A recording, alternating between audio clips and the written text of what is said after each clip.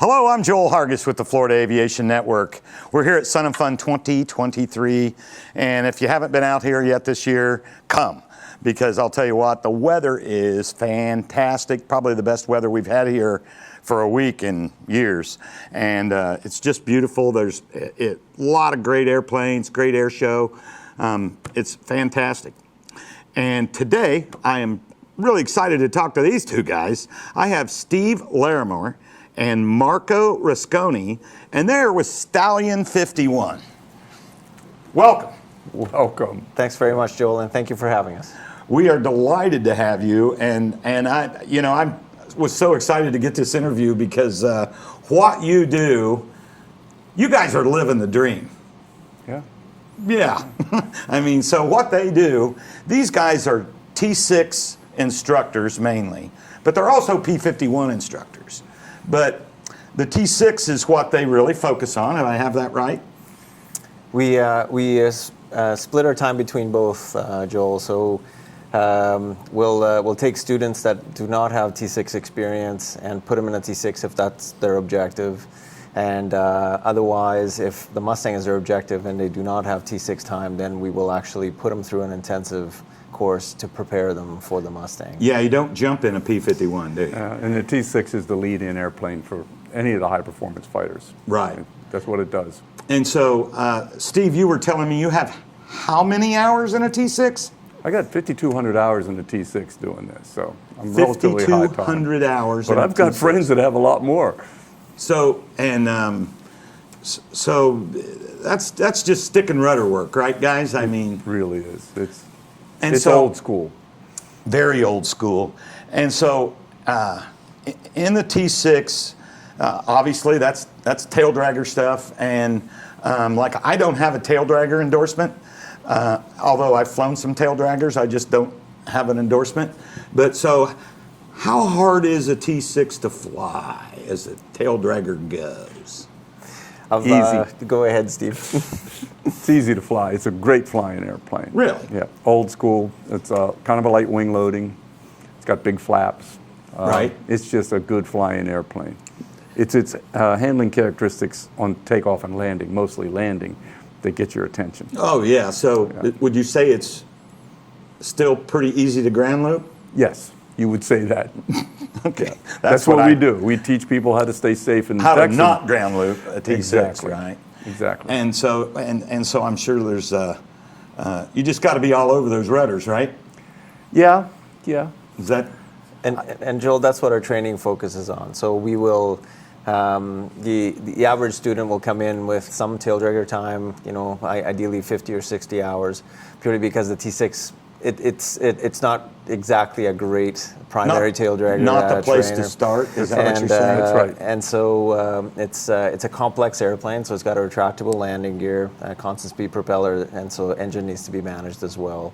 And so therefore, it's a handful for somebody who's never seen something like that before. And the training, will take on average about 10 to 12 hours to take the average candidate through.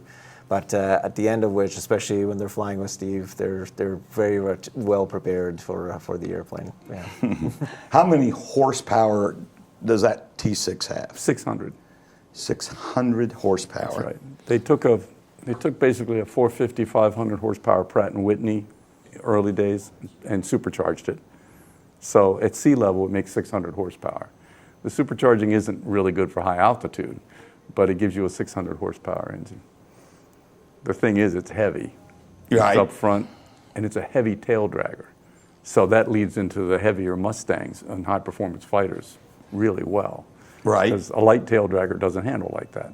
So the T6 has been the primary trainer for, it's not the same power plant, but it's been the primary trainer for Air Force, Navy. Advanced trainer. Advanced trainer. It was the advanced trainer and became a primary trainer after the war, probably in the 50s. Right, and it was such a successful trainer, Joel, that the South African Air Force was the last one to employ it in their armed force. They retired it in the 90s, in the early 90s. 94. So, yeah. Well, so that tells you just how great of a trainer it actually was. And so even, although it's been modified, but I know I've helped a couple young folks get into the Air Force and stuff, and they trained in a T6, but it was tricycle gear and it had turbine. But they still call it a T6. Texan 2. Yes. Texan 2. Texan 2. So I was actually fortunate to fly that airplane in the Royal Canadian Air Force in Moose Jaw, Saskatchewan. We called it the Harvard 2 north of the border. Harvard? The Harvard 2. It's a logical derivation of a great. It wears the name very, very proudly as it continues to train our Air Force students very well. So I would think they kept that Texan name because it was just such a success. Is that what it was all about? Yeah, and the modern Texan 2 continues to be an incredibly successful trainer. Yeah, it does a phenomenal job. These guys, preparing guys that I help coach and get in to the service, they were sending me pictures of them by their Texan, and they were all excited, and so that's cool. So I'm going to come back to you, Marco, on your military stuff, because I really want to hear that story. But you guys are really training GA pilots to fly some high performance fighter type aircraft. A lot of ex-Air Force, ex-Navy guys as well. Really? The high performance guys, they're pretty good, but they need tail dragger skills usually. So, I wouldn't have thought that. So when you say ex-military, people that were flying, maybe even modern day fighters, come to you? Joel, the warbird world is very niche in its nature, and its entryway is the T6. And so for someone who does not have previous T6 time or heavy tail dragger time, the program is very well suited to a variety of backgrounds. And there's a lot of ex-military aviators that love the warbird world and want to enter it, and so that's why they come and see us. Especially as they start retiring and stuff. They want to get back into it. So that's your demographic, really? No, a lot of civilians. I would think, obviously, you got to have a few dollars.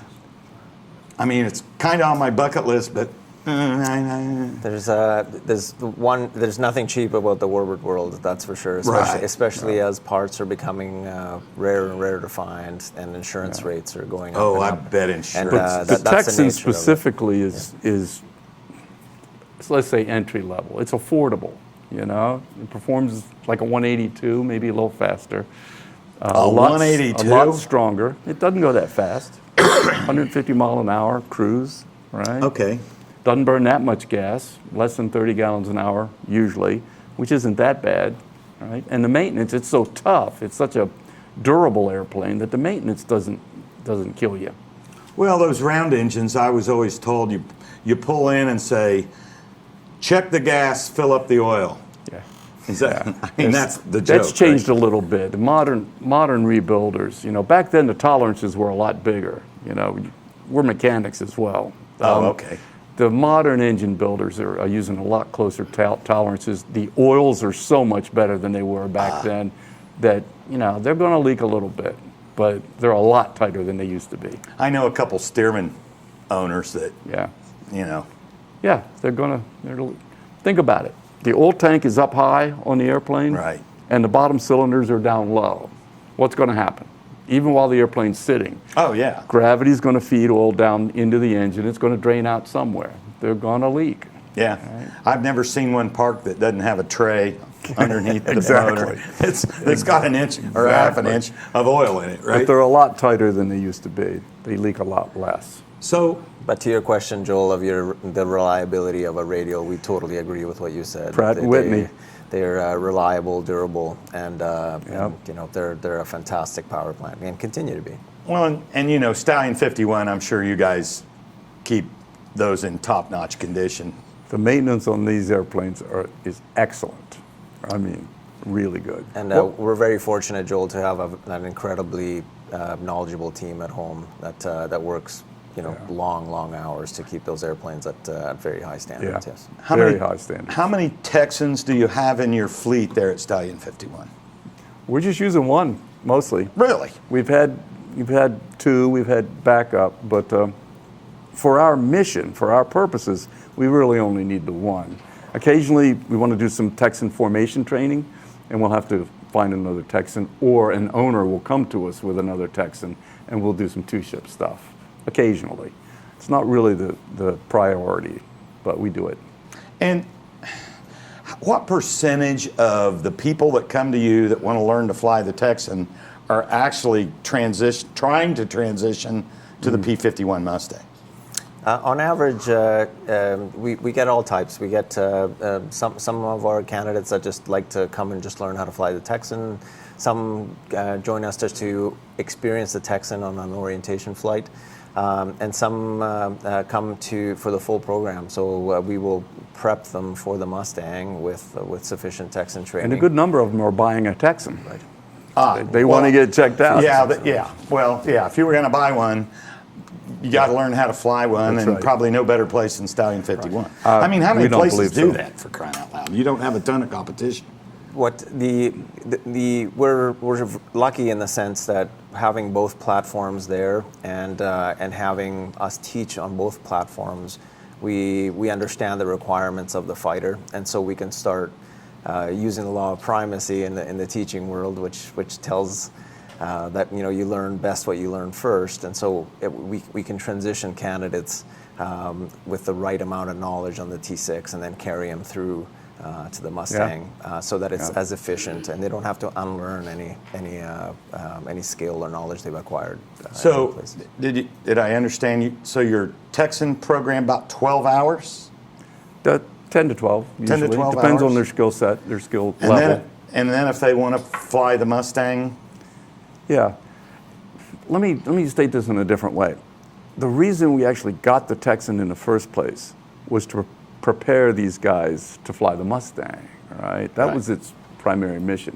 Well, it turns out there's a lot of people that just want to train in the Mustang as well. I mean, in the Texan, before they get to the Mustang, or maybe never get to the Mustang. So that expanded the market. So, of course, we're talking old warbirds. How many Texans are, round engine Texans are flying these days? A lot.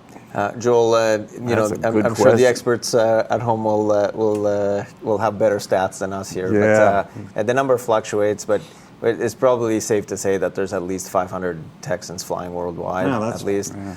And there's only about 150 Mustangs flying worldwide. Yeah, that was going to be my next question. And only 20 of those Mustangs are two-seaters, so dual seat, dual control, TF-51. So those are the ones that we have at Stallion 51 that we use as training platforms.